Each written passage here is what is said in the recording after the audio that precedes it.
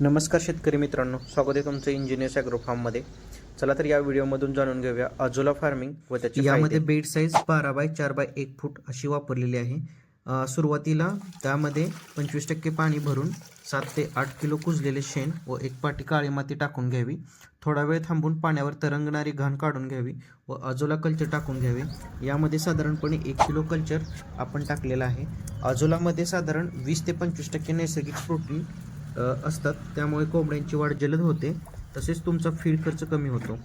तुमच्या रेग्युलर फीडसोबत किंवा मक्याच्या भरड्यामध्ये धुवून मिक्स करून देऊ शकता. यामध्ये कॅल्शियम, आयर्न, मिनरल्स असल्यामुळे अंड्यांची संख्या वाढते व त्याची साईज सुधारते.